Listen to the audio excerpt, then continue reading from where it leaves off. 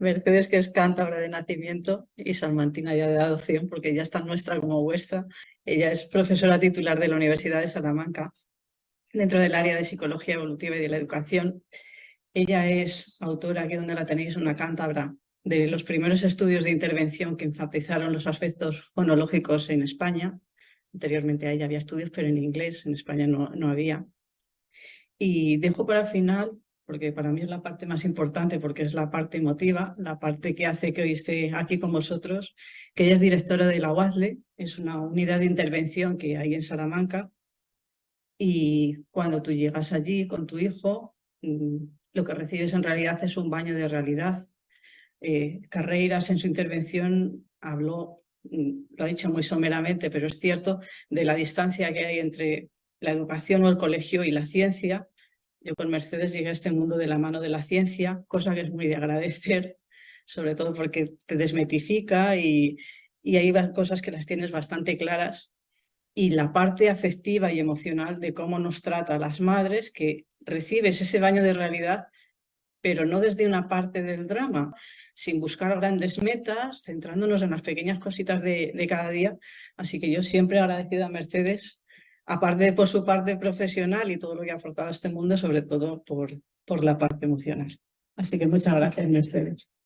Bueno, muy buenos días. Agradezco estar hoy aquí, como ha dicho, es mi tierra y me emociona mucho de poder estar aquí hoy compartiendo este día con todos vosotros. Por lo tanto, agradezco a la Federación, a FEDIS, por haberme invitado y a la Asociación de Iglesia de Cantabria, pues por hacer que hoy pueda compartir esta jornada tan interesante con compañeros que aprecio y quiero muchísimo desde hace muchísimos años, que son grandes investigadores y han aportado muchísimo a este campo y a este ámbito de la lectura y de las dificultades en el aprendizaje de la lectura. Entonces, bueno, yo hoy lo que quería era compartir con ustedes, el título pone Diagnóstico de la Iglesia en comorbilidad. Como ha dicho mi querida María Jesús, soy profesora en la Facultad de Psicología y desde hace 15 años, va a ser ya el próximo septiembre, pues sí es verdad, dirijo un proyecto que es la Unidad de Atención a las Dificultades en la Lectoescritura. Un proyecto que, bueno, surge porque hay un equipo estupendo, un equipo que va cambiando, además eso es la complicación, porque trabajamos con voluntarios que son estudiantes de psicología, de dificultades de aprendizaje, y que nos une un compromiso social, donde atendemos de forma gratuita a las familias y a los escolares que nos piden ayuda, ¿no? Esto es posible porque también comparto este trabajo con dos compañeras extraordinarias que trabajan conmigo, que Lidia García y Mónica González, con las que compartimos diariamente las dudas, los problemas, las reflexiones de este trabajo que es que comparto también con la mayoría de los que estáis aquí, que sois profesionales en educación, que yo modestamente pues me uno un poco a esa faceta no más clínica o más práctica. En ese sentido, pues el objetivo de la conferencia de hoy es compartir con vosotros algunas de esas reflexiones que a nosotros nos surgen, algunas de esas dificultades que tenemos cada día, ¿no? En esta, digamos, práctica que a mí me acompaña en la docencia, en mi tiempo libre, es a lo que me dedico, a hacer esto, ¿no? Y con lo que disfruto enormemente. Y en ese contexto, lo que yo observo y observamos mis compañeras y yo y compartimos con los estudiantes es la enorme complejidad que tiene hacer una valoración diagnóstica y la distancia que en ocasiones encontramos en la práctica educativa con la ciencia. ¿Y eso dónde nos lleva? Entonces, yo me planteaba, y voy a pedir disculpas por quizá no daros recetas o no daros la solución, porque las soluciones no son sencillas y al final las soluciones de cada valoración, de cada diagnóstico salen del profesional que está trabajando con el escolar. Tiene que salir de la experticia, del conocimiento, de la experiencia, del trabajo diario de ese profesional. Al final nadie te va a dar la receta de cómo tienes que, a pesar de que tengamos instrumentos extraordinarios y como Cristina ahora nos ha comentado y ella misma decía, la prueba nos va a dar una puntuación, nos va a dar una ayuda fundamental. Sin herramientas de detección, sin herramientas de diagnóstico no somos nada, ¿no? Pero necesitamos al buen profesional. Y en ese contexto, pues quiero compartir hoy un poco el análisis que he hecho sobre esta complejidad del diagnóstico de la dislexia, que bien puede aparecer como trastorno único o como trastorno en comorbilidad.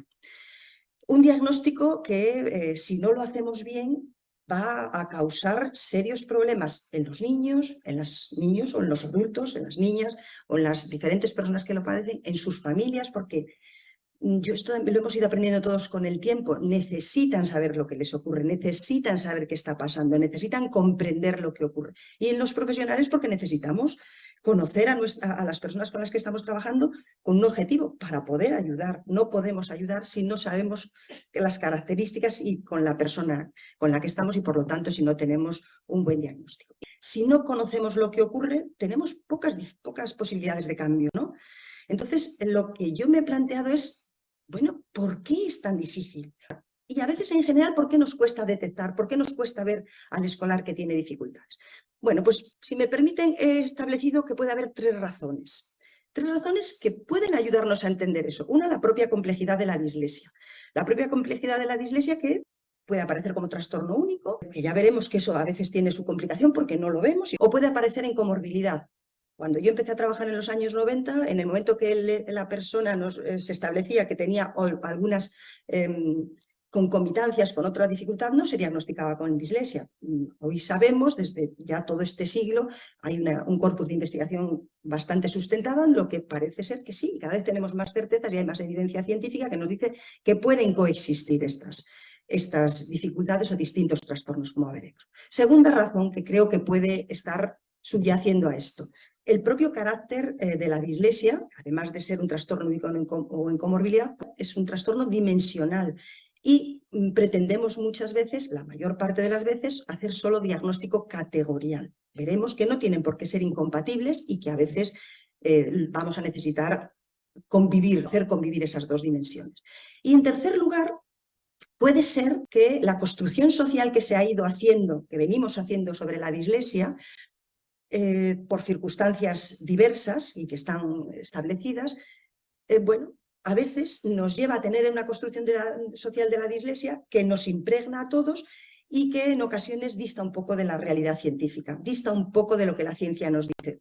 ¿De acuerdo? Y probablemente eso hace también que tanto como padres o como profesionales nos cueste detectar a la persona que tiene dislexia y en ocasiones llegar a un diagnóstico.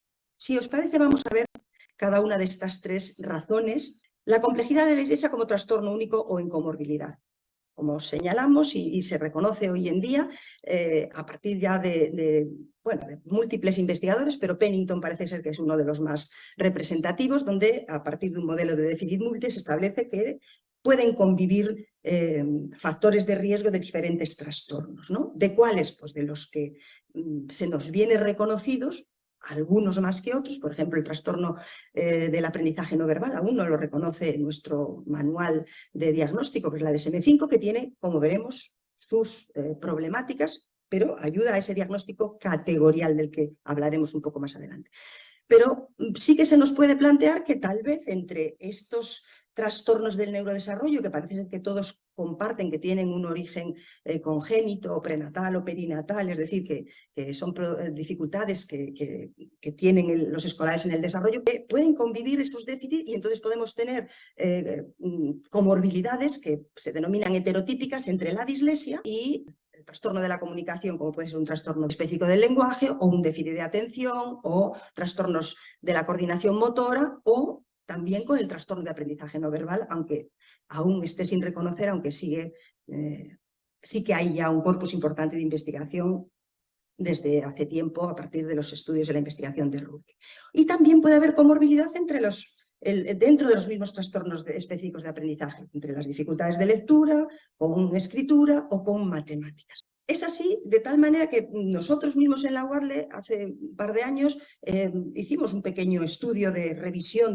Encontramos unos 77 estudios que hablaban de comorbilidad y que hablaban de diagnóstico de dislexia o diagnóstico en comorbilidad, y de esos estudios analizamos muy minuciosamente a través de metaanálisis 19 estudios, y en estos estudios el 53% eran escolares que tenían diagnóstico con trastorno único, pero que el 47% eran diagnósticos de escolares en comorbilidad.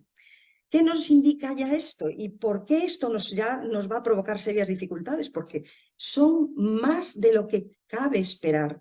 son más altas estas comorbilidades, estas convivencias, esta interacción de lo que inicialmente pudiéramos pensar. Aún seguimos sin determinar claramente los porcentajes.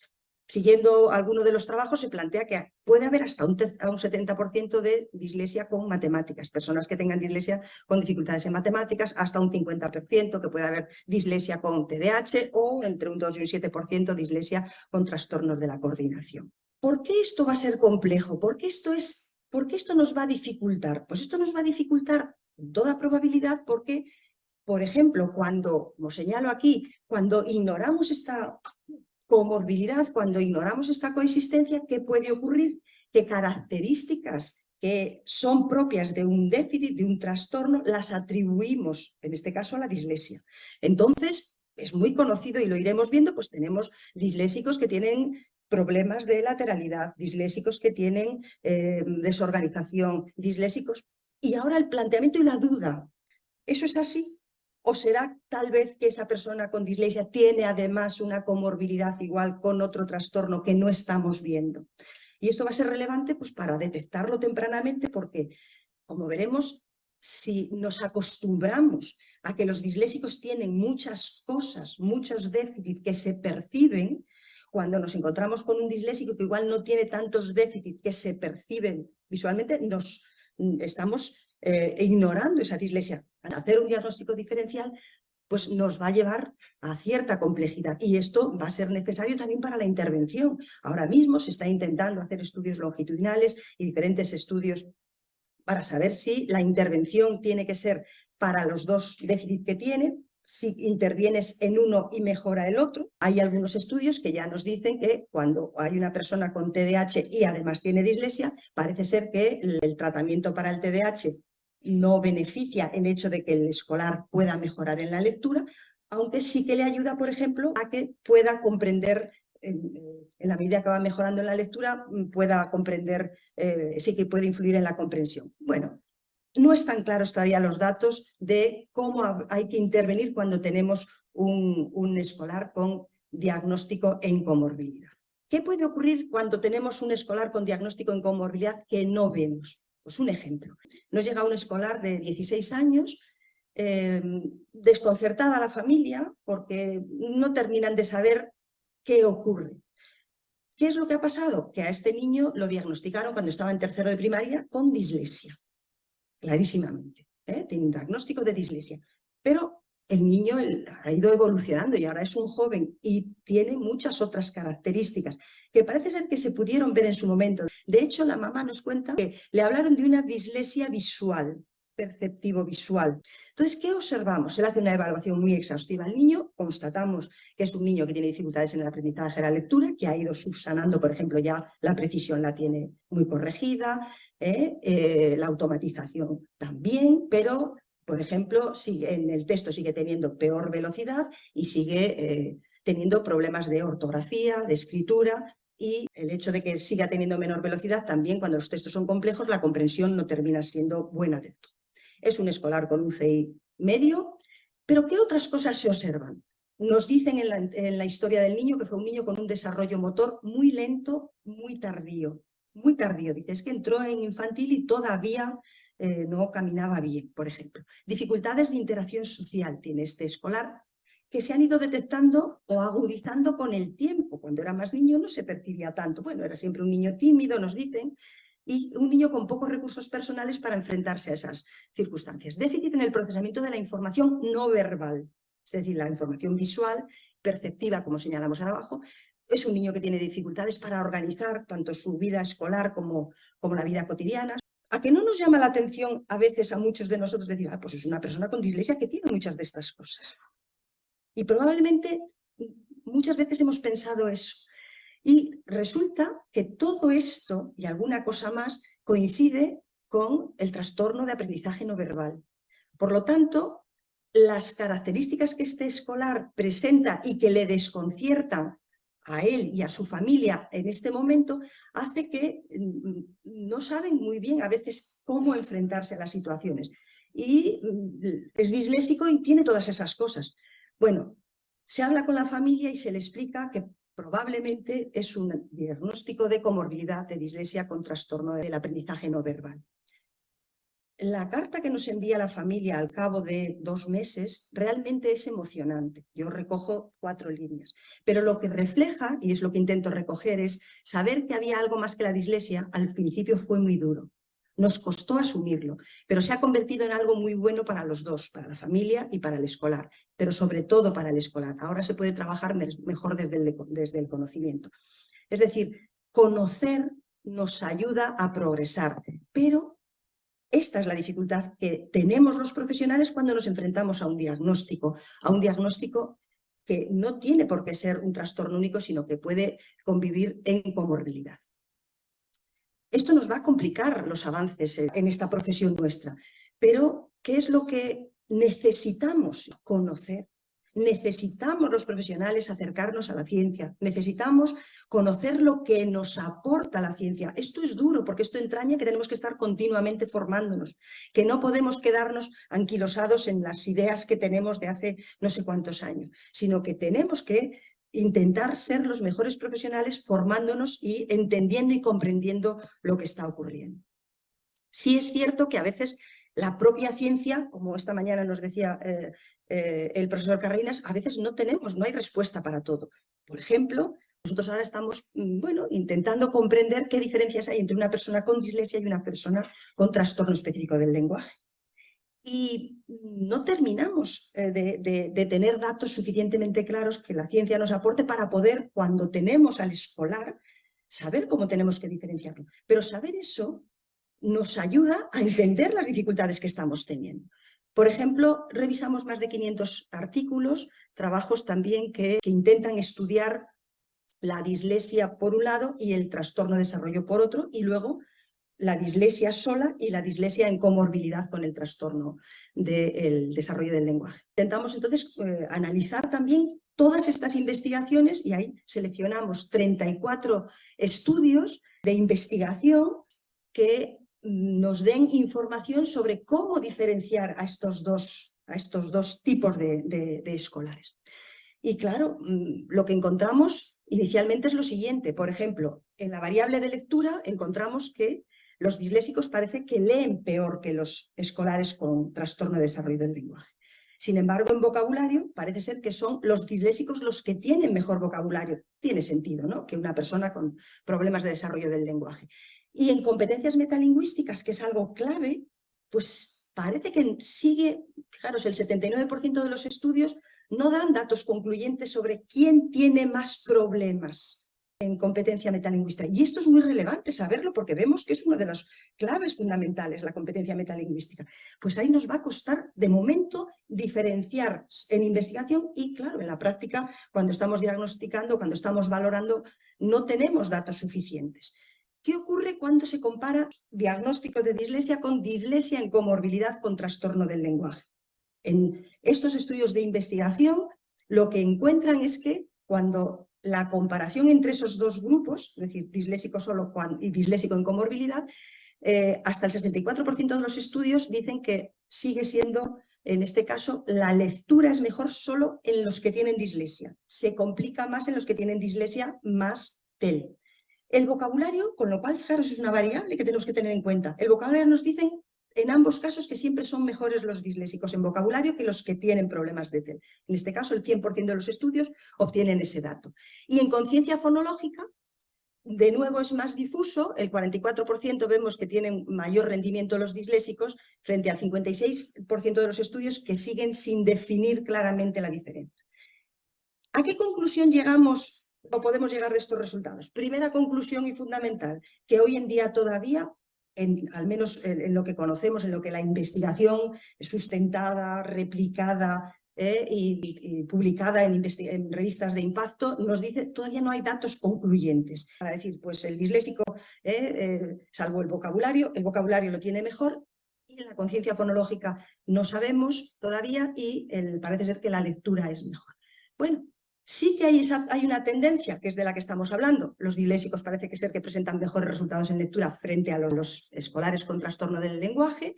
Parece ser que el vocabulario es mejor también en los disléxicos, y parece ser que cuando hay comorbilidad, y eso también hay cierto consenso, cuando hay un problema en comorbilidad, el escolar que tiene ese trastorno en comorbilidad va a tener más dificultades más agudas que el que solo tiene el problema en trastorno único.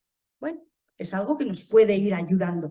Pero conocer esto, yo creo que también nos ayuda a entender nuestro trabajo, nos ayuda a valorar y a valorarnos, nos ayuda a poder también enfrentarnos como profesionales a las familias, en el sentido de comunicarles que a veces cuando exigen un diagnóstico que es fundamental, que es necesario, a veces nos cuesta darlo, pero no porque no queramos, no sepamos, sino porque a veces es realmente complejo, ¿de acuerdo? Pero también decimos y también sabemos que la dislexia puede aparecer como trastorno único. Y diríamos aquí, pues no deberíamos tener tantos problemas. Pero sí también los tenemos. ¿Por qué? Porque a veces no vemos a esos escolares, lo habéis dicho antes. Están en esa franja que no sabemos qué ocurre, ¿de acuerdo? Lo que está muy claro suele estar siempre claro para todos. Cuando hay muchas dificultades suele ser más... ¿Pero qué ocurre a veces? Claro, a veces ocurre que estas personas con dislexia, que no tienen otras concurrencias, pues son escolares que pueden pasar desapercibidos porque son niños que inicialmente, bueno, pues van avanzando en el cole, hasta que llega un momento igual, siempre va a ser diferente en cada niño, pero cada niño va a tener su límite de competencia, ¿no? Unos llegarán antes a que la dificultad ya no pueda con ella y entonces empiezan a tener dificultades, y hay otros que tardan mucho. Nosotros este año tenemos una chica en cuarto de biología.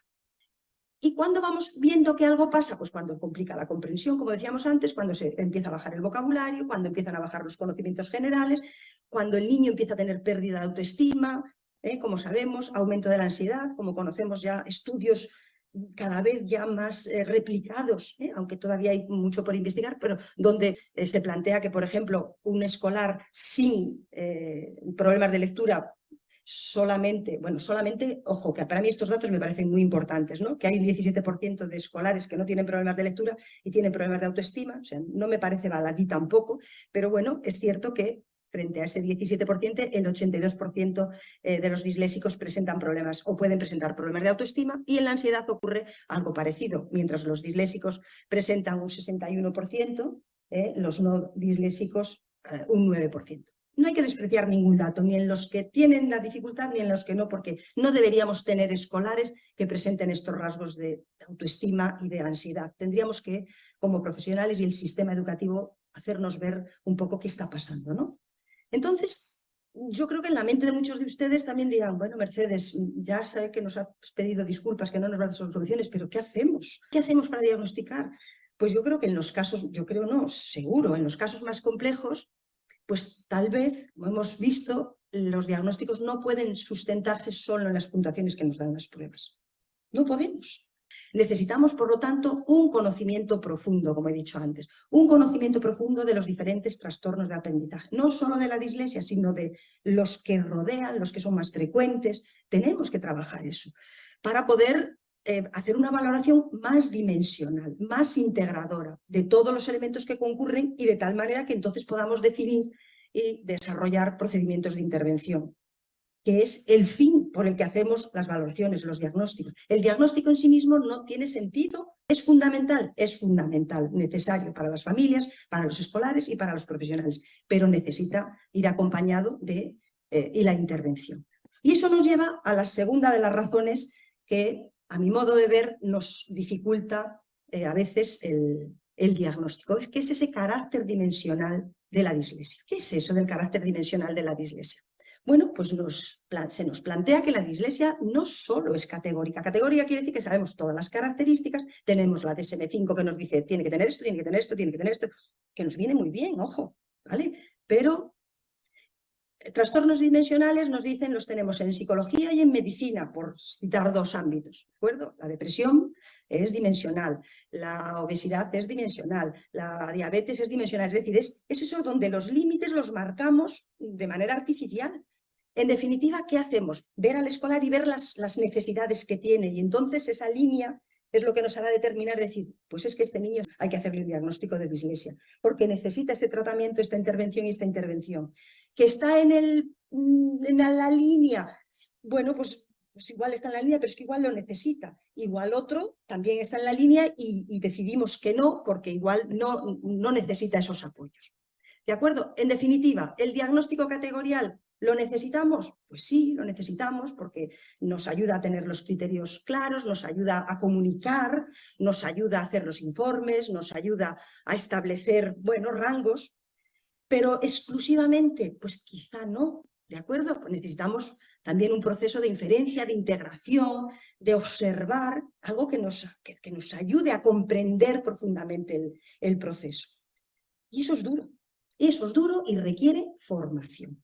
Y no formación de cualquier tipo, formación vinculada a las evidencias científicas, consensuadas, ratificadas, y que eso es lo que nos va a ayudar a avanzar. Un investigador sueco dice concretamente, en la dislexia encontramos áreas grises y ambigüedades que son inherentes y esperadas. Esto requiere de juicio e interpretación en el diagnóstico. Es por eso que se necesitan profesionales bien capacitados para que puedan ejercer un juicio sabiamente en beneficio de los escolares con diversas circunstancias y recursos. Yo creo que esto, para mí, recoge lo que yo quería decir, pero él lo dice, pues yo creo que muy bien, ¿no? ¿Por qué esto es así también? Y voy a los límites esos de los que estamos hablando. Un escolar de la UACLE, de sexto de primaria, ¿de acuerdo? Este que tenemos aquí. Este que tenemos aquí es el escolar. Estos son diferentes tipos de escolares, ¿de acuerdo? Esta línea sería la línea base de rendimiento, donde decimos, bueno, habría que superar esta línea y van bien. Los que están por debajo diremos, no van bien.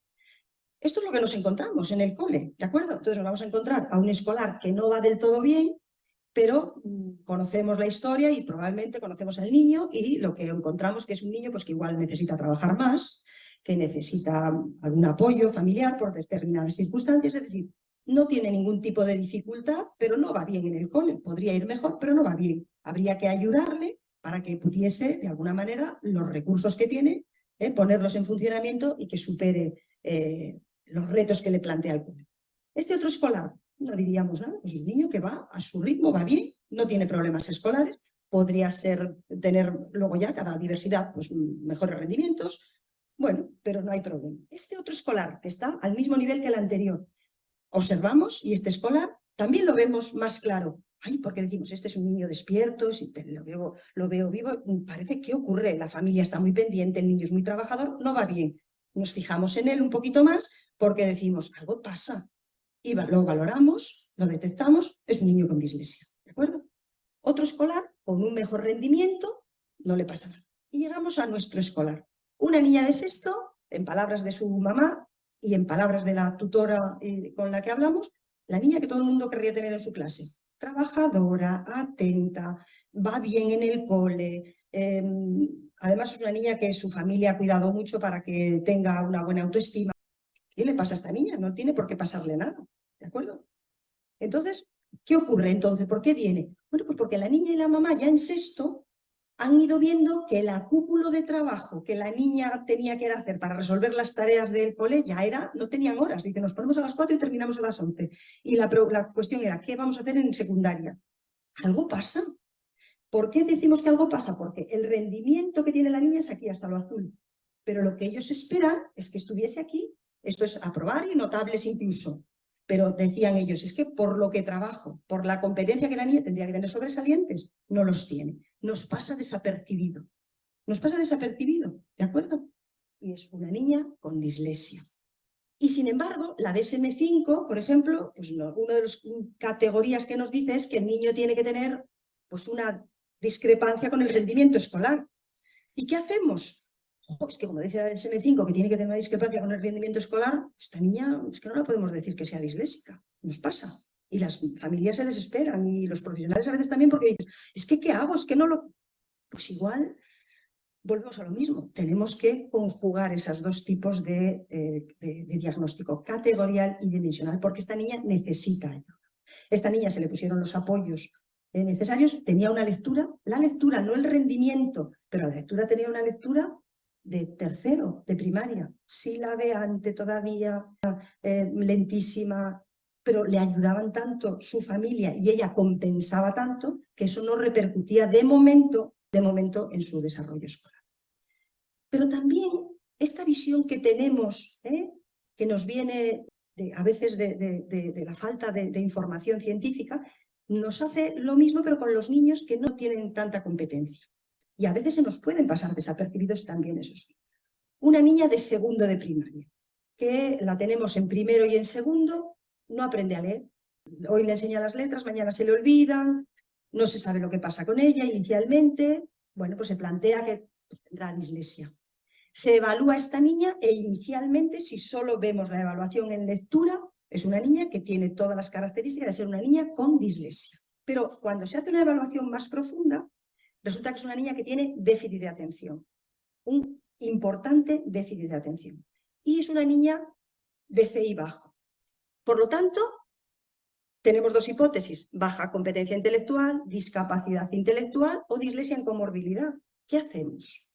Claro, ante esto no podemos olvidarnos de lo siguiente, que nos dice ya Artigas en el 2011. Claro que es plausible que una persona con bajo cociente intelectual tenga problemas en todas estas áreas. Puede ser inatento, no conseguir los retos académicos.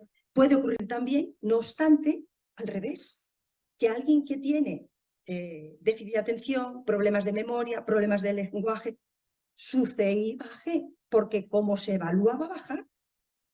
De nuevo, entonces, ¿dónde estamos? ¿Qué hacemos con esta escolar? Si esta niña tiene déficit de atención, cuando le pasamos las pruebas, todas las pruebas de cociente intelectual, si tiene déficit de atención, ¿dónde está la niña?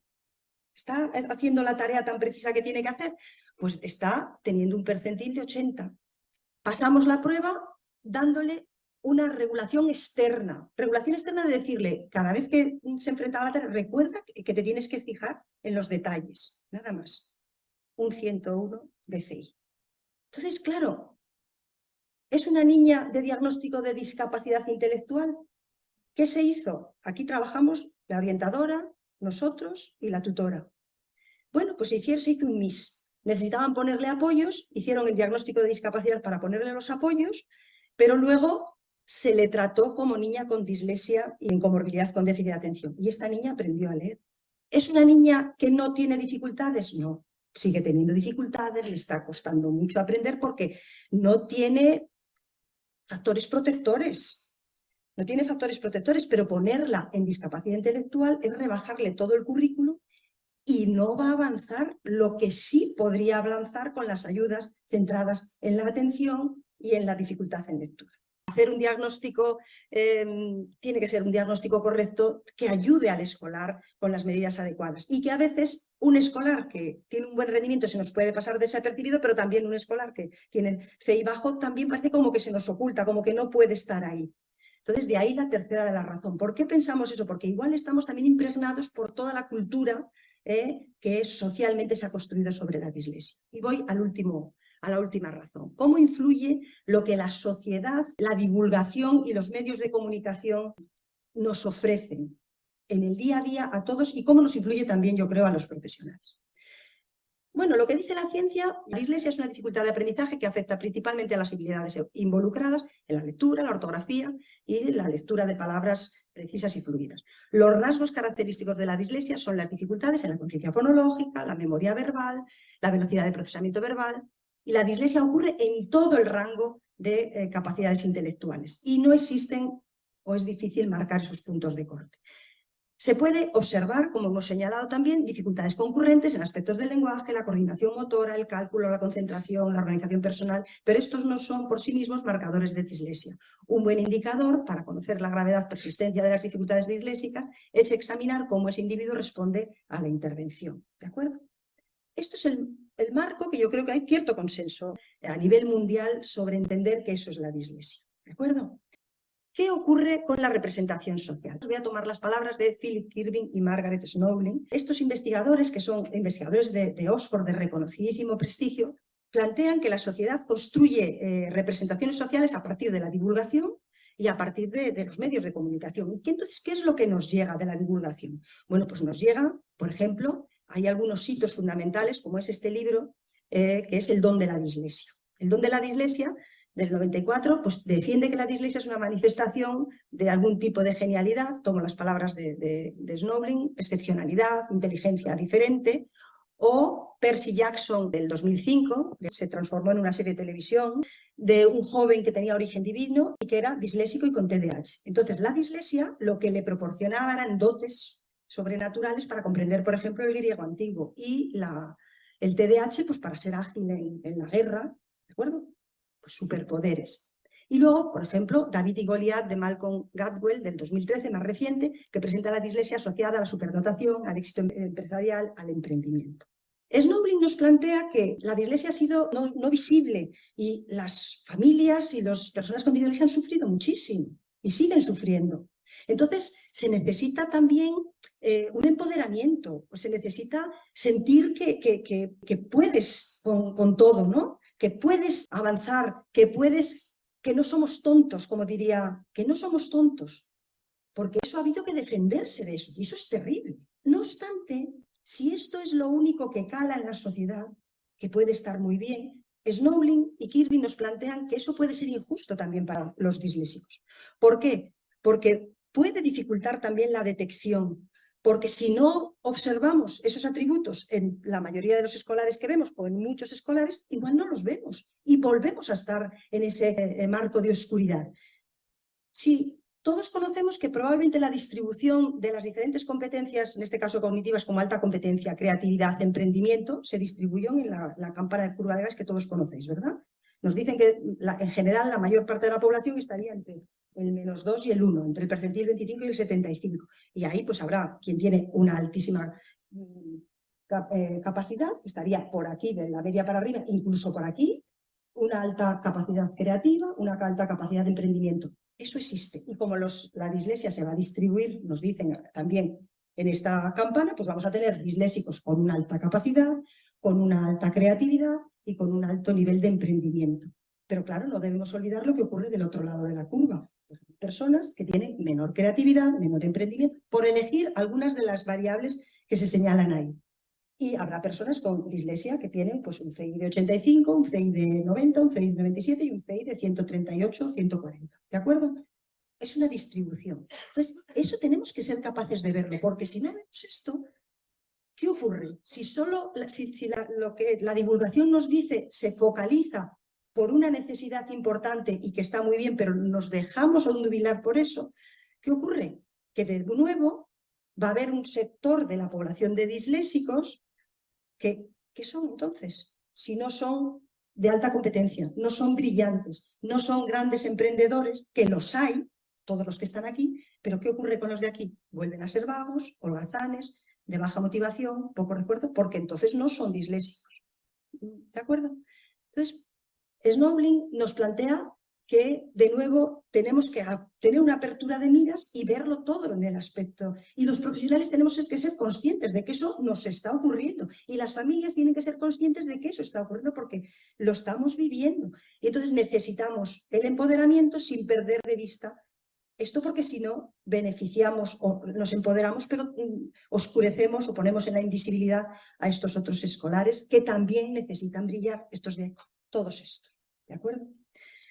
En definitiva, creo que las conclusiones que podemos sacar de aquí es que es importante que los profesionales y las familias tengan información basada en el rigor y en las evidencias científicas, que probablemente, yo creo que lo he comentado con muchas de las asociaciones que me parecen que son fundamentales, que hacéis una labor impagable y que una de las funciones que probablemente tiene la asociación es lo que estáis haciendo desde hace tantos años. Es estas jornadas, otras y otras, donde se promueve que la ciencia o que las evidencias científicas lleguen a las familias, lleguen a los profesionales y que las instituciones se lo tomen en serio.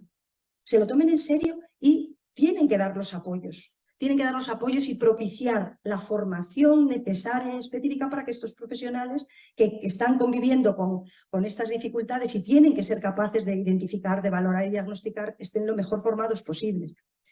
Y en algunos casos, como hemos visto, pues hay que hacer esa unión entre el diagnóstico categorial y el dimensional. Es decir, tenemos que arriesgarnos y eso nos va a costar mucho. Para eso nos tenemos que formar y formarnos bien y de manera muy precisa. Nada más. Muchas gracias.